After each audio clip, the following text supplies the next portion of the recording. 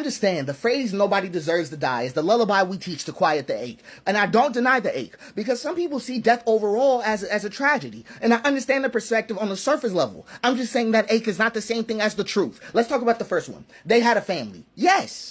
Yes, they did. But so did the Pharaoh. So did every general who marched nations into graves. I just want you to understand, collapse does not pause because someone at home loves you. That's not how world logic works. If you weld your body to a collapsing system, I mean a relationship, a job, a marriage, a country, a party, an empire, whatever you want, you don't get to hide behind your children. Who told you that? Your allegiance becomes their inheritance. And collapse does not ask permission before it tears through bloodlines. Every empire that has ever fallen in world history was full of families. On both sides. On both sides. Every oppressor was someone's father. Collapse does not discriminate. That's what I'm trying to tell you. It unravels whatever is sewn into its fabric. Let's just say they were misunderstood. Let's talk about another one. They were misunderstood. No.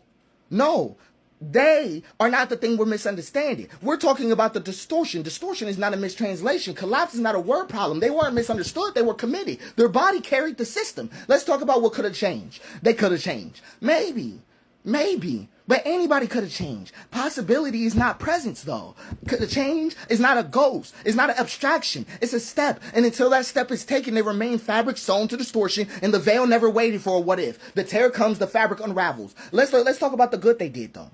Let's talk about the good they did. This happens with people like old Republican presidents all the time. All the time. Pharaohs built monuments. Rome built roads. Every empire hid scraps of good in its teeth, but a smile does not cancel out the blood beneath it. I promise you. I promise you. Collapse is not paused by anyone's resume. They didn't know any better, though.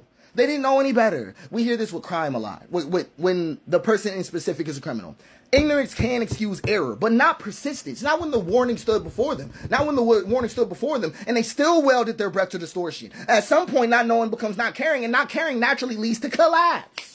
I'm just saying. Let's talk about the most devious one, right? Most devious one. God wouldn't have wanted this. Scripture itself disagrees. Egypt's firstborn, Korah swallowed alive. The two women who fell to their death at Peter's feet. The Bible does not hide collapse. It records it not as murder, but as consequence. Not as cruelty, but as tearing. So no, overall, family, misunderstanding, possibility, charity, ignorance, even God's supposed reluctance, none of these can undo the consequence of welding your body to distortion, to a collapsing system.